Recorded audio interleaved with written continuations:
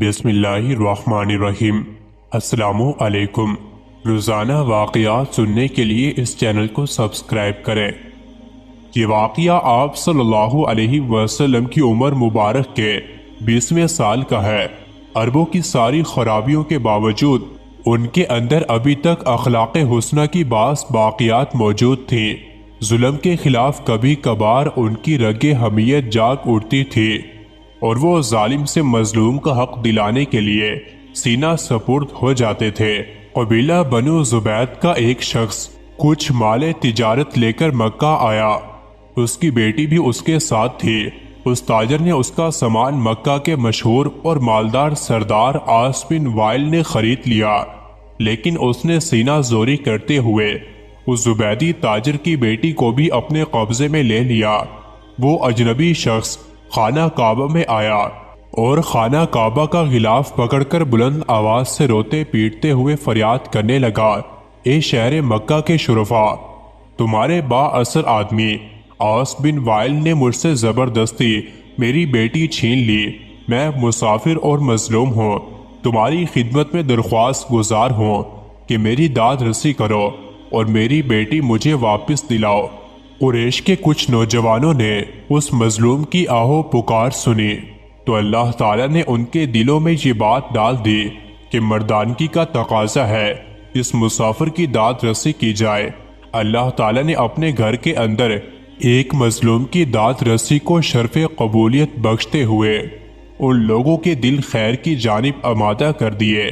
یہ کتنے لوگ تھے، اس پر کوئی مستند حوالہ ہماری نظر سے نہیں گزرا، البتہ گمان غالب یہ ہے کہ یہ لوگ درجن بھر کے لگ بھگ ہوں گے۔ نبی اکرم صلی اللہ علیہ وسلم ان میں پیش تھے۔ یہ سب لوگ اس زبیدی کو اپنے ساتھ لے کر عاص بن وائل کے دروازے پر پہنچے۔ اسے باہر بلایا گیا اور سب نے یک زباں کہا کہ اس مظلوم پر تم نے کیوں ظلم ڈھایا ہے؟ اس ظالم نے کہا، میں نے کوئی ظلم نہیں کیا، وہ لڑکی کنیز ہے۔ جب مال کا سودا کیا تھا تو یہ لڑکی بھی میں نے اس شخص سے خرید لی تھی۔ عاص بن وائل کا جواب سن کر وفد کے لوگوں نے زبیدی سے وضاحت مانگی تو اس نے کہا، خانہ کعبہ کی عظمت و تقدس کی قسم، میں نے اپنی لڑکی بیچی نہیں ہے اور نہ ہی وہ کنیز ہے، وہ میری بیٹی ہے، اور اس شخص نے اپنی قوت کے بلبوتے پر زبردستی اسے اغوا کر کے اپنے گھر میں ڈال لیا ہے۔ اس پر وفد کے لوگوں نے سختی کے ساتھ عاص بن وائل سے بات کی تو اس بدبخت نے اپنے جرم کا اعتراف کر لیا اور زبیدی کی لڑکی اسے واپس دینا پڑی۔ لڑکی واپس کرنے کے وقت بدبخت عاص نے ارکان وفد سے کہا کہ میں کل صبح لڑکی واپس کروں گا، ایک رات مجھے اس کے ساتھ گزار لینے دو۔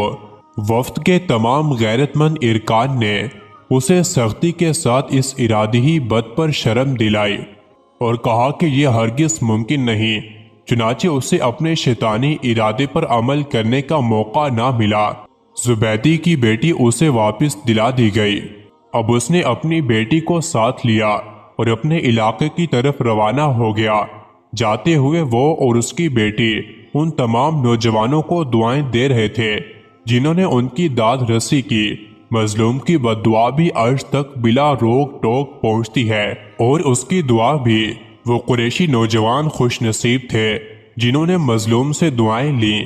جب اس تنازع کا فیصلہ ہو گیا تو وفد کے ارکان میں سے بعض نے مشورہ دیا کہ اس قسم کے واقعات وقتاً فوقتاً رونما ہوتے رہتے ہیں، کیا ہی اچھا ہو کہ ہم آپس میں حلف اٹھائیں کہ ہم ظالم کے مقابلے پر ہر مظلوم کی مدد کریں گے، خواہ وہ کوئی بھی ہو۔